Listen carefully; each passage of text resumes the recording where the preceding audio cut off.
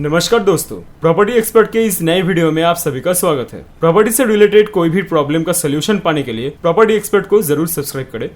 तो आज हम इस वीडियो में बात करेंगे कि मोस्ट इंपॉर्टेंट क्लॉसेस क्या होते हैं रेंट एग्रीमेंट में। दोस्तों, उस एग्रीमेंट में ये लिखा जाता है कि ये एग्रीमेंट 11 महीनों के लिए है और 11 महीने समाप्त होने पर इस एग्रीमेंट को रिन्यू कर दिया जाएगा और उसमें 5% 10% किराया भाड़ा लिख दी जाती है। इससे प्रॉब्लम ये है कि ये अगर आपकी सहमत से बात हो रही है तो ये लिखने की क्या ज़रूरत है।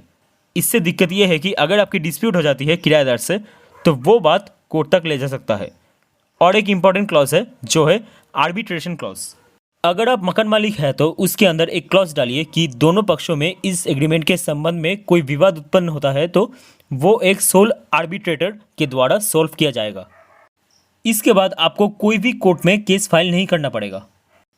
ये आर्बिट्रेटर किराएदार और मकान मालिक अपनी मर्जी से अपॉइंट कर सकता है। उसके फैसले को जिला निर्णय की तरह ही माना जाएगा, बस केस ज़्यादा दिन तक नहीं चलेगा। जो आर्बिट्रेटर होता है उसकी बात दोनों पक्षों को मानना होगा। तो ये आर्बिट्रेशन क्लॉज अगर दोनों पक्ष सहमत है तो रेंट एग्रीमेंट में ज़रूर डाल दे। अब आता है फोर्स मेजर क्लॉज। इसमें अगर कोई प्राकृतिक आपदा आ जाती है और किसी भी कारण से जो किराएदार है अपनी रिस्पॉन्सिबिलिटीज़ पूरी नहीं कर पाता है तो क्या होगा, ये सारी चीज़ें मेंशन होनी चाहिए। फिर एग्जाम्पल, आप उसका किराया नहीं लेंगे या वो एग्रीमेंट टर्मिनेट माना जाएगा। ये सारी चीज़ें भी रेंट एग्रीमेंट में ज़रूरी मेंशन होनी चाहिए। अगर आपको ये वीडियो अच्छी लग रही हो तो लाइक का बटन ज़रूर दबाइए और अगर अभी तक अपने चैनल को सब्सक्राइब नहीं किया है तो जल्दी से जल्दी सब्सक्राइब कीजिए और नीचे दिए हुए बेल आइकन पर क्लिक कीजिए। इसके बाद जो आता है कि आप मकान किराए पर देते समय रेंट एग्रीमेंट पर यह क्लॉज डाल दीजिए कि इस प्रॉपर्टी का ओनर जो है जब चाहे तब प्रॉपर्टी पर किसी भी बैंक से या कहीं से भी इसे गिरवी रख के लोन ले सकता है और ऐसा करने के लिए उसे कोई भी टेनेंट की सहमति या नो ऑब्जेक्शंस की ज़रूरत नहीं है। और अगर बैंक किसी भी तरह की वेरिफिकेशन के लिए आती है तो किराएदार उनके साथ कॉर्पोरेट करेगा। तो ये क्लॉज भी ज़रूरी है। इसलिए ये इम्पोर्टेंट है क्योंकि इसके लिए एक बोनाफाइड रिक्वायर्ड हो सकती है कि आपको सच में लोन की ज़रूरत पड़ सकती है और बाद में किराएदार परेशान करे तो आपको परेशानी हो सकती है। अगर ये क्लॉज होगी तो आपके फ़ायदे में रहेगी। इसलिए कभी भी बिना रेंट एग्रीमेंट के अपनी प्रॉपर्टी किराए पर मत देना।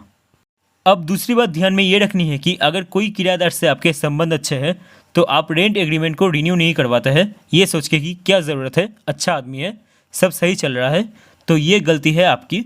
आप ऐसा बिल्कुल ना करें।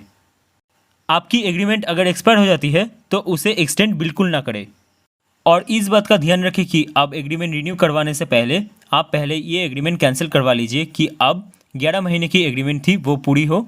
अब किराएदार घर खाली कर चुका है। अब न्यू एग्रीमेंट अगर बनाए तो वो जिनके नाम पे था उनके नाम से ना बनाकर उनके फैमिली के दूसरे मेंबर के नाम से बना लीजिए। अब अगर पूरी एग्रीमेंट हो जाए तब अगर किराएदार खाली नहीं करता है तो ये क्रिमिनल ट्रेसपेस माना जाएगा। जो भी डेट पे अगर किराएदार को खाली करना है घर तो उसे खाली करना ही पड़ेगा, जो कि पनिशेबल ऑफेंस है। इसमें 3 महीने तक की जेल हो सकती है। नेक्स्ट पॉइंट ये भी है कि एग्रीमेंट में ये लिख सकते हैं कि अगर किराएदार खाली नहीं करता है, पोजीशन हैंडओवर नहीं करता है तो प्रतिदिन इतने रुपए डैमेजेस पे करने पड़ेंगे। अमाउंट आप कुछ भी लिख सकते हैं। अगर केस हो जाता है और अगर आप केस जीत जाते हैं तो आप कोर्ट को बता सकते हैं कि जब से ये गैरकानूनी रूप से तब ये इनका कंपनसेशन भी है।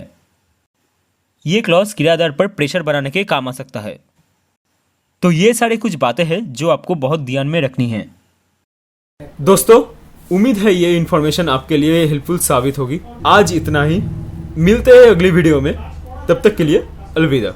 अगर आपको ये वीडियो पसंद आई then please like, share and subscribe our channel Property Expert and be with us. If anyone wants to buy or take property on rent, then you can fill the form given below in the description. Thank you.